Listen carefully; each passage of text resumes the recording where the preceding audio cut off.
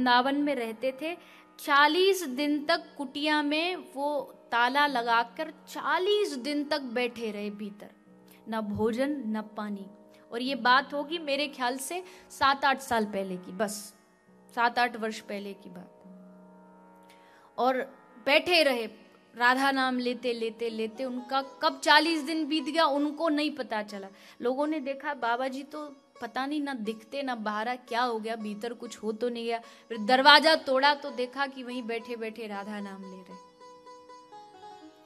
और फिर भी हम जैसे मूर्ख लोग कहते हैं कि आजकल समाज में अच्छे संत नहीं रहे, संतों पर आपत्तियां उठाते। ठीक है, अगर एक आध कोई गलत उदाहरण मिल जाता तो इसका अर्थ ये नहीं कि आप संपूर्ण संत समाज पर उंगली उठा दें।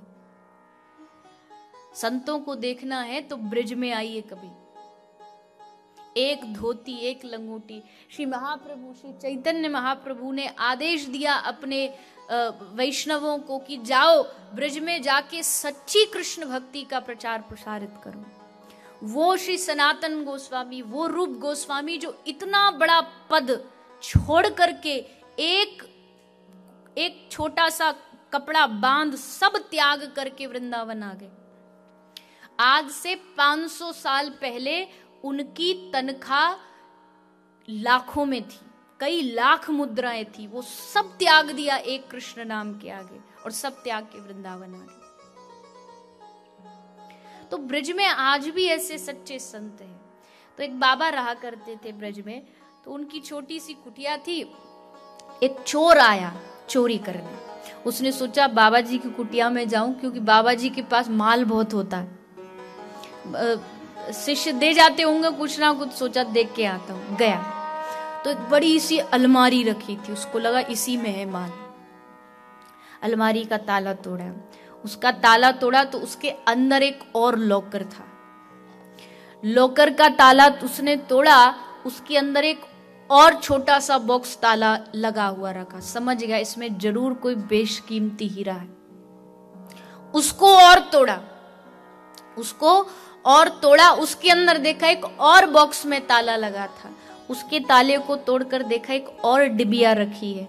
उस डिबिया को खोला तो उसके अंदर सोचा हीरा रखा होगा, पर हीरा नहीं। जैसे उसने उस डिबिया को खोला तो उसमें ब्रज की माटी रखी हुई थी, ब्रज की रज रखी हुई थी। उसे लगा अरे बाबा पागल हो गया, मट्टी को ऐसे रखा है।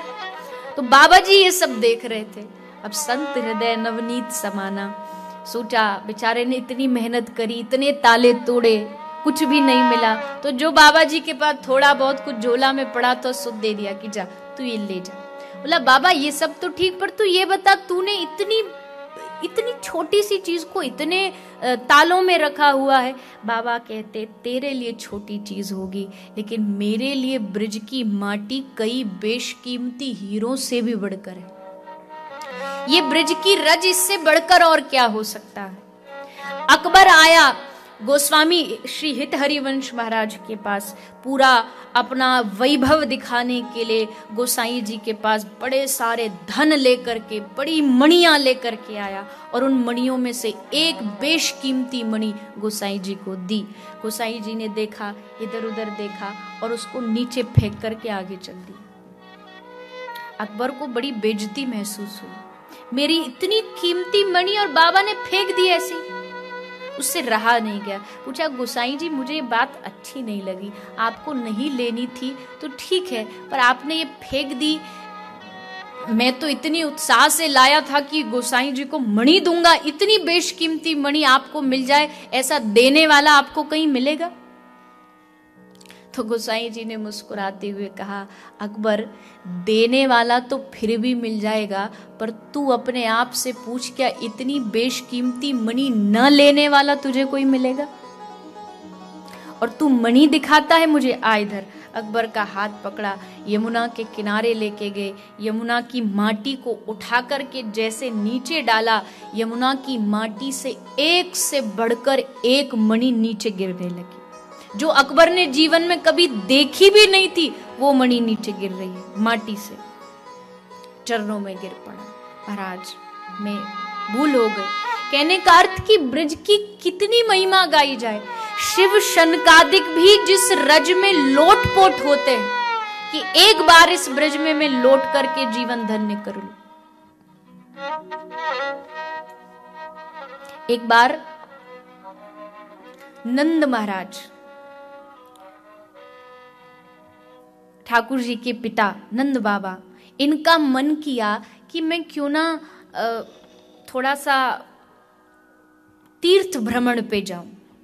और तीर्थों में भी तीर्थों का जो राजा है, कौन? तीर्थों का राजा कौन है?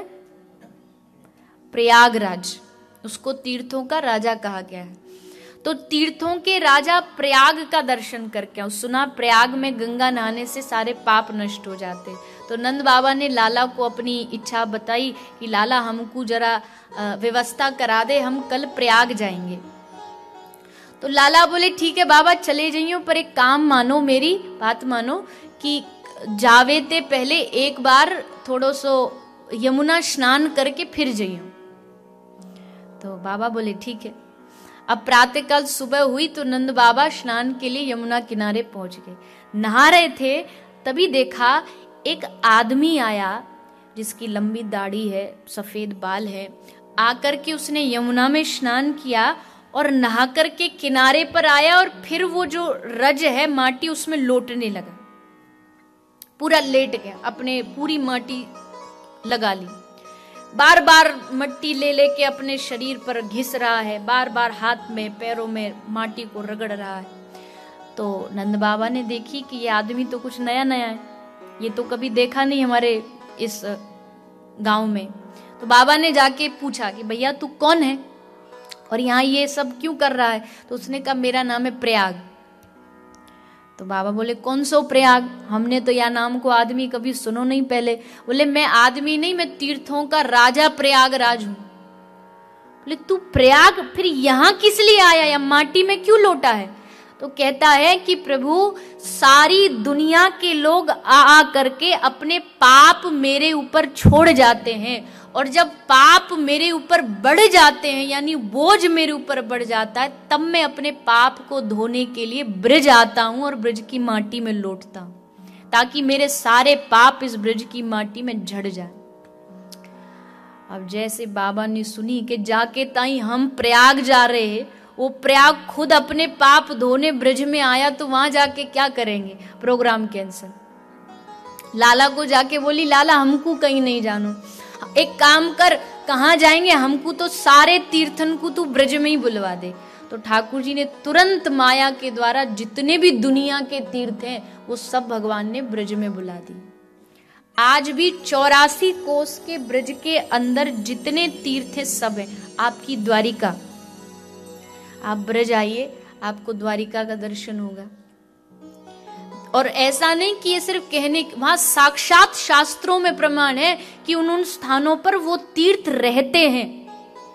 द्वारिका, हरिद्वार, काशी, केदारनाथ, बद्रीनाथ, लंका सब कुछ ब्रज में है। और ब्रज के कितने इतने संत हैं जो ब्रज से बाहर जाते ही नहीं, उनका मानना है कि हमारे ब्रज में ही सब कुछ है।